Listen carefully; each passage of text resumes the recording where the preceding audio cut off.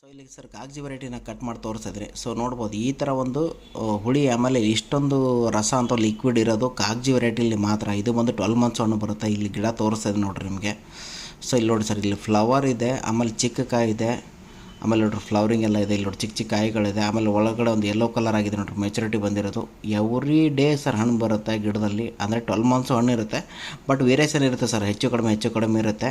But 12 months ಹಣ್ಣು ಇರುತ್ತೆ ಗಿಡದಲ್ಲಿ, ನಿಮಗೆ ಎನಿ ಟೈಮ್ ಹಣ್ಣು ಇರುತ್ತೆ. ವೆರೈಟಿ ಬಂದು ಕಾಗಜಿ ಅಂತ. ಇಲ್ಲಿ ನೋಡಿ ಯಾವ ಥರ ಹಣ್ಣಿದೆ, ಇಲ್ಲಿ ನೋಡಿ ಮೆಚುರಿಟಿ ಬಂದಿರೋದು ಕೂಡ ಒಂದೇ ಗಿಡದಲ್ಲಿ ನೋಡ್ಬೋದು. ಇದು ಎಲ್ಲ ವೆರೈಟಿ ಅಂದರೆ ಬೇರೆ ಬೇರೆ ಚಿಕ್ಕ ಕಾಯಿ, ಫ್ಲವರು, ಮೆಚುರಿಟಿ ಬಂದಿರೋದು. ಇಲ್ಲಿ ನೋಡಿ ಸರ್, ಇದು ಆಲ್ರೆಡಿ ಮೆಚುರಿಟಿ ಬಂದಿದೆ ಹಣ್ಣು. ಸೊ ಇದರಲ್ಲಿ ನಾವು ಕ್ಲೋನಿಂಗ್ ಪದ್ಧತಿಯಲ್ಲಿ ಸಸಿ ರೆಡಿ ಮಾಡ್ತೀವಿ. ಅಂದರೆ ಸರ್ ಈ ಥರ ಕಡ್ಡಿನ ತೊಗೊಂಡು ಆಲ್ರೆಡಿ ಹಣ್ಣು ಕೊಡ್ತೀವಿ ನೋಡ್ರಿ. ಸೊ ಆ ಗಿಡದಲ್ಲಿ ನಾವು ಮೆಚುರಿಟಿ ಕಡ್ಡಿನ ತೊಗೊಂಡು ಸಸಿ ರೆಡಿ ಮಾಡಿದ್ರೆ ಈ ಥರ ಒಂದು ಸಸಿ ರೆಡಿ ಆಗುತ್ತೆ ಕ್ಲೋನಿಂಗ್ ಪದ್ಧತಿಯಲ್ಲಿ. ಆದರೆ ಸರ್ ಇದಕ್ಕೆ ತೋಟಗಾರಿಕೆಯಲ್ಲಿ ಮಿನಿಮಮ್ 2 ವರ್ಷ ಬೇಕು ಹಣ್ಣು ಬರೋಕ್ಕೆ. ಈಗೇನೋ ಫ್ಲವರಿಂಗ್ ಬಂದಿರೋದಂದ್ರೆ ನಮ್ಗೆ 6 ತಿಂಗಳಿಗೆಲ್ಲ ಬರಲ್ಲ, ಮಿನಿಮಮ್